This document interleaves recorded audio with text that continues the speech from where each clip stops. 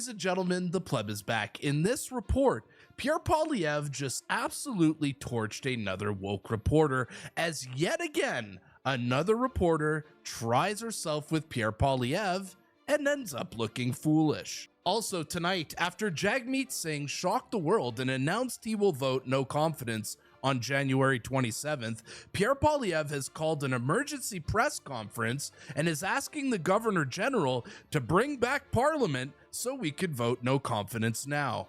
You won't want to miss this report. Stick around.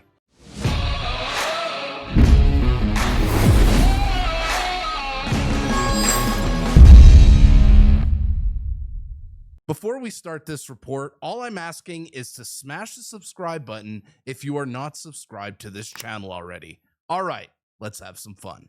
Welcome to your pre-Christmas weekend report, ladies and gentlemen. Yes, pre-Christmas weekend, not pre-holiday weekend, because over here on this channel, we are definitely not woke. Well, folks, it happened again. Yup, another reporter tried herself at Pierre Poilievre, as our future prime minister is now doing the media rounds in his year-end interviews, and another reporter tried herself at Pierre in an interview and made herself look foolish. Let's start off the show with this good laugh. Boom, boom, boom. Another one bites the dust. The NDP has said very specifically that it is not willing to trigger an early election, as you have been calling for, because it believes a Conservative government is going to gut the programs that it fought for, social programs like pharmacare and dental care. Can you unequivocally tell Canadians right now, will a Conservative government cut programs like the dental care program? Well, first of all, why wouldn't the NDP be running to win the election? If they think that Canadians support them and their promises and programs, then surely the answer would be to trigger an axe the tax election and win it. And if Jagmeet Singh wins the next election, I will respect the result. But clearly he knows that he would be rejected by the Canadian people because he has sold them out to sign on with Justin Trudeau and help double the debt, double housing costs, unleash crime and chaos in our communities. He has voted to quadruple the carbon tax, which would grind our economy to a halt and mean that food would no longer make it to our grocery stores as our trucks are no longer able to afford diesel. So what we need is an axe the tax election so common sense Conservatives can bring home a government that will put people back in charge of their lives. As for these programs, well, the pharmacare program hasn't given out a single jar of medication, a single pill. The so-called dental care program, according to the government's own numbers, has not helped 97% of people. Well, they have no, a food program. 1 million Canadians, more than 1 million Canadians have access to that program, have received coverage to that program. 89% of dentists in this country, according to government numbers, 89% of dentists in this country have signed up for the dental care program. Would a Conservative government gut those programs? Would a Conservative government cut the dental care program? Can you tell the 1 million Canadians who are right now receiving coverage under that plan whether or not they will continue to have coverage under a Conservative government? So she's trying to she wants to go into the lion's den with Pierre Poilievre. What a foolish move. So first of all, you've revealed your own bias in simply accepting government propaganda. We don't know how many people have actually benefited from it. Is that just because you say so, sir? Is that just because you say so? What evidence or data do you have that we cannot trust those numbers? Get her. Where do you want me to start? You could start with Monday. Were you awake on Monday? Their deficit was 55% bigger than they said 8 months ago. So we can't trust what they say on financial numbers. Their carbon tax was not supposed to go above 11 cents a liter, and the media parroted those government talking points like you are right now. And the tax is now up to 17 cents, and it's headed to 61 cents. The numbers on immigration, they tell us they can't even tell us how many people are in the country illegally. So when the government puts out a propaganda piece to the media, which then gets regurgitated without any scrutiny, claiming that they've done all of these wonderful things, I'm suspicious. I want to see the evidence. Even if it were true, what you've just admitted is that 40 million people have thus far got nothing from the program. So let's get the actual facts before Canadians, and let's make judgments based on the reality rather than on government propaganda. And that's what you're going to get from me, a government that actually looks at the real numbers and the real facts, not dishonest propaganda from Justin Trudeau and the NDP Liberals. Boom. Boom. Look, the last couple of leaders we've had as conservatives here in Canada have been absolute cowards when it comes to the media. They do not want to offend the media. They're afraid of the media. And one thing I love about Pierre Poilievre, he's not scared of the media, and he will push back and fight back. It's honestly so refreshing. In our next story of the night, we got to talk about what we covered on my last video, which was Jagmeet Singh putting out a letter saying that he's going to vote no confidence against Justin Trudeau. And in my last video, many of you commented underneath saying you do not believe that Jagmeet Singh is actually going to do it on January 27th. And I don't blame you. And apparently Pierre Poilievre doesn't believe Jagmeet Singh either, as he was quick to put out this letter today demanding to the Governor General that restart Parliament right now, bring everybody back so we can vote no confidence right now. Let Jagmeet have the opportunity to vote no confidence. And shortly after putting out that letter, Pierre Poilievre called a press conference today to discuss this, to discuss Jagmeet Singh wanting to vote no confidence. And I haven't watched this press conference yet, but I'm sure it's amazing. So let's bring it over to the presser. That is costing Canadians after 9 years of this NDP Liberal government. And look at all the players in this drama. They're taking care of themselves, fighting for their own personal self-interest while they embarrass the country, tank our dollar, unleash crime and chaos in our community, threaten our trade relationship with our biggest partner. Let's go through these players. Justin Trudeau, who egomaniacally holds on to power even though 80% of Canadians want to fire him. Then there's Chrystia Freeland, who is just fine with doubling the debt, doubling housing costs, doubling the number of people going to food banks, quadrupling the carbon tax, breaking the immigration system, but then suddenly had a change of heart the second she realized she was getting a demotion. So it was really all about her.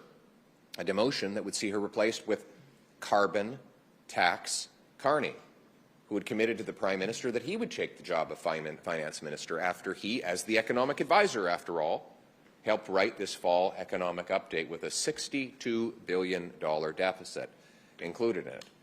And then you have Jagmeet Singh, who, after he duped you all and claimed he'd ripped up his deal with Trudeau, voted 8 times to keep Trudeau in office over the last session of Parliament, and including voting against a non-confidence motion that was made up of his own words 11 days ago. If he had voted for his own words, we would be a third of the way into an election campaign right now.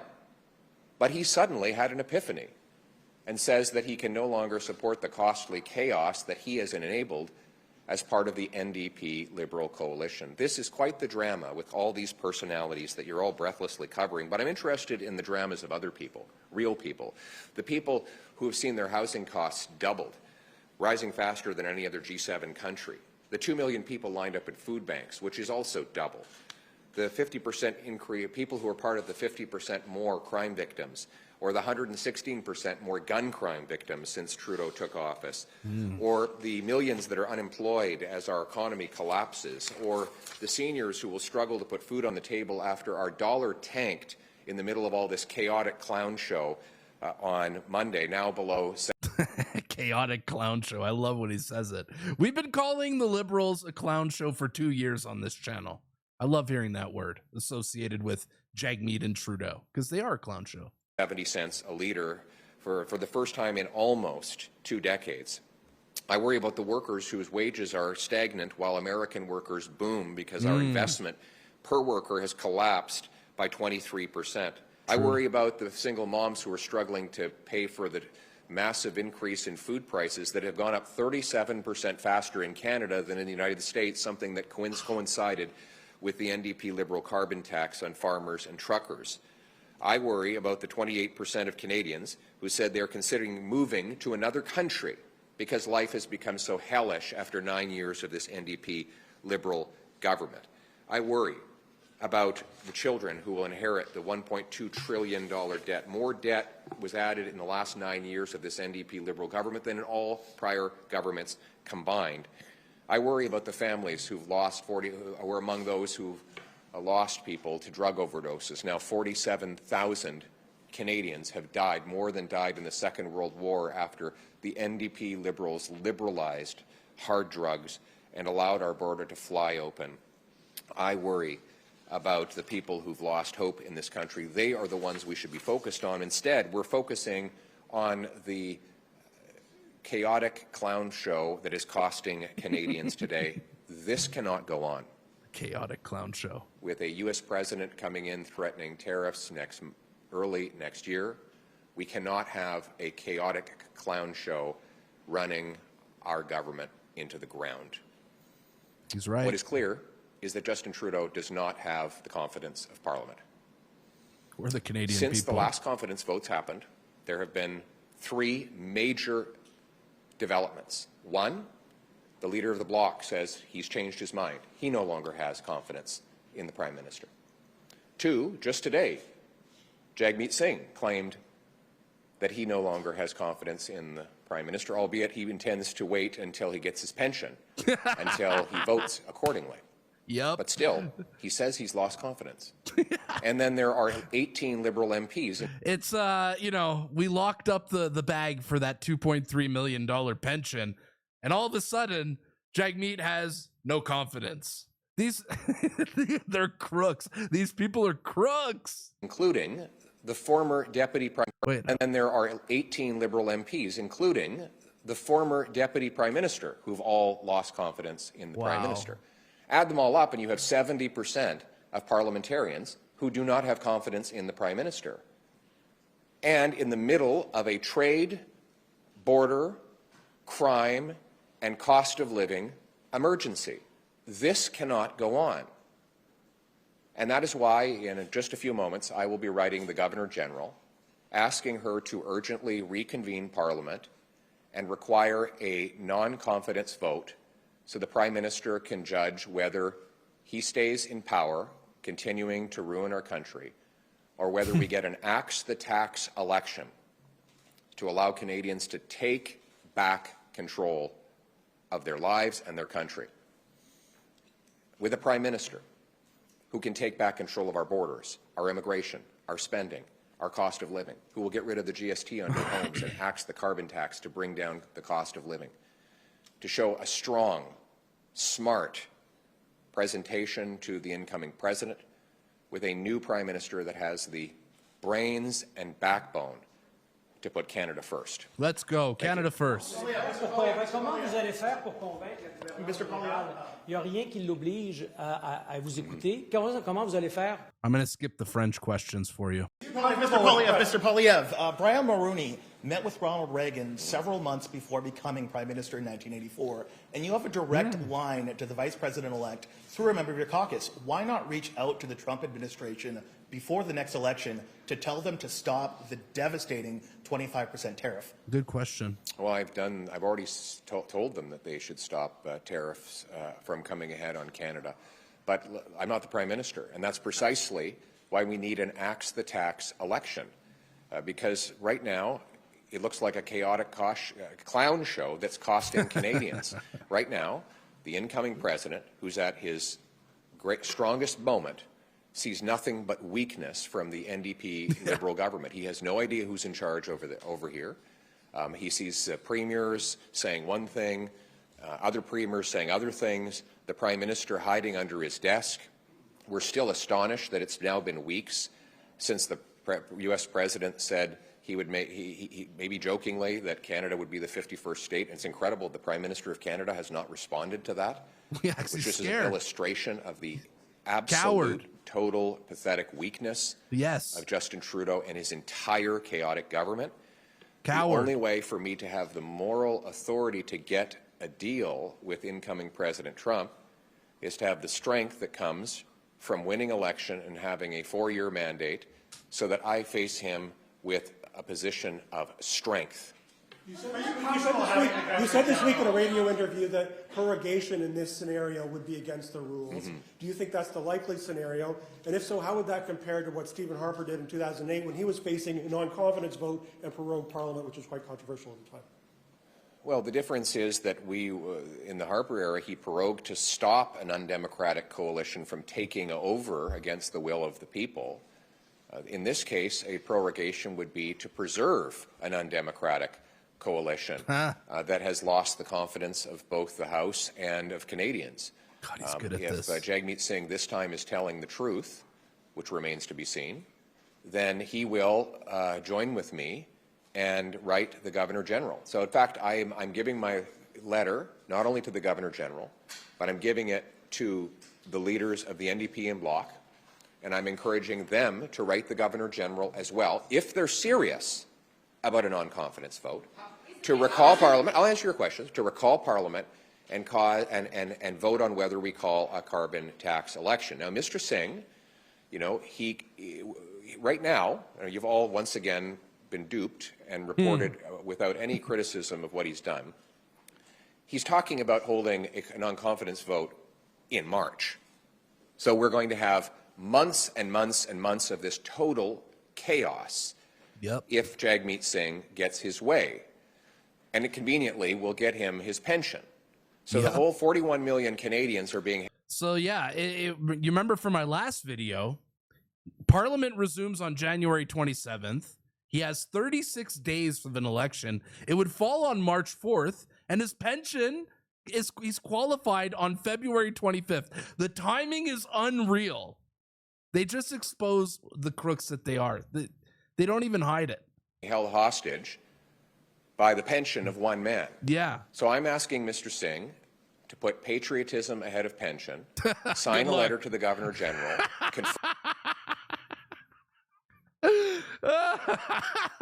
I'm asking Singh to put patriotism before his pension. Good luck with that, Mr. Poilievre. Million Canadians are being held hostage by the pension of one man. Yeah. So I'm asking Mr. Singh to put patriotism ahead of pension, sign a letter to the Governor General, confirming in writing what he said in front of the cameras, that is, that he no longer has got confidence in this Prime Minister, and that he is ready to go to an axe the tax election. Is it possible to go to an election before Inauguration Day, or would you like to see it? How can you just like lay out? The sooner the better. I mean, it's irresponsible for us not to go to an election. The absolute mayhem, if I could answer your question, every minute that this chaotic clown show goes on is irresponsible for Canada. Yeah. The only way to put Canada first is to immediately elect a new Prime Minister who has the strength and smarts, the brains and backbone to put Canada first. Last question. Are you comfortable with the Democratic precedent of having the Governor General not only bring the House back, but set the agenda for that House of Commons? Would you tolerate that as Prime Minister in the future? Well, I wouldn't tolerate anything that's going on right now. I think it's total mayhem. I've never seen anything like it. It's hallucinogenic to imagine that the Deputy Prime Minister and Finance Minister would resign the day she was supposed to introduce her fall budget. A budget that, by the way, we forget, is 55% bigger deficit than they promised, $62 billion in new inflation. And the Prime Minister has lost the confidence of 60 of his own MPs, and somehow he's clinging to power. We have a guy here who has lost control of everything, and yet he clings to power. This cannot go on. So what I'm proposing is the most democratic thing that can happen. Let's have a vote in the House to let Canadians have a vote at the ballot box to elect a new common-sense government that will put Canada first. Thank you very much.